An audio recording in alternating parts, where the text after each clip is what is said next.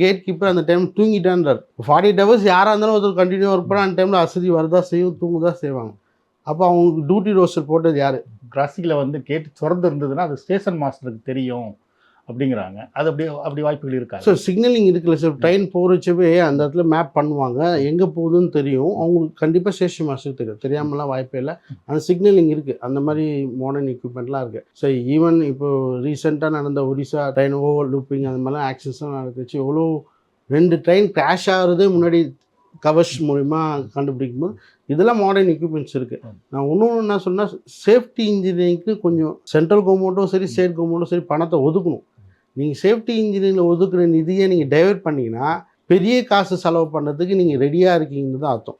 That's time சை அதுமாதிரி sir safety auditing ரெகுலராக பண்ணணும் சார். இப்போ ட்ராக்கிங்கு அந்த இது பண்ணுறது எல்லாமே கரெக்டாக இருக்கா இல்லையா.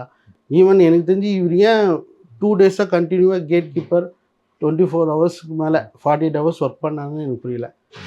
இன்னும் நிறைய விஷயம் என்ன சொன்னால், கேட் கீப்பர் அந்த டைம் தூங்கிட்டான்றார். 48 ஹவர்ஸ் யாராக இருந்தாலும் ஒருத்தர் கண்டினியூ ஒர்க் பண்ண அந்த டைமில் அசதி வரதா செய்யும், தூங்க தான் செய்வாங்க. அப்போ அவங்களுக்கு டியூட்டி ரோஸ்டர் போட்டது யார்? அப்போ 48 ஹவர்ஸ் ரெக்கார்ட் வந்துச்சுன்னா இட்ஸ் ரெக்கார்டிக்கலி தப்பு. அப்போ அதை மானிட்டர் பண்ண வேண்டிய ரயில்வே சதன் வந்து ஏன் அலோவ் பண்ணுறாங்க?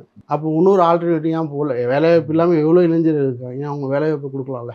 மனித தவிர நீங்கள் ட்ரெயினில் ஃபுட்போர்ட் அடிக்கிறது நிறுத்தவே முடியாது, ரைட்டா? அதுக்கு தான் என்ன சொல்கிறோம், ட்ரெயினை க்ளோஸ் பண்ணுங்கன்றோம்.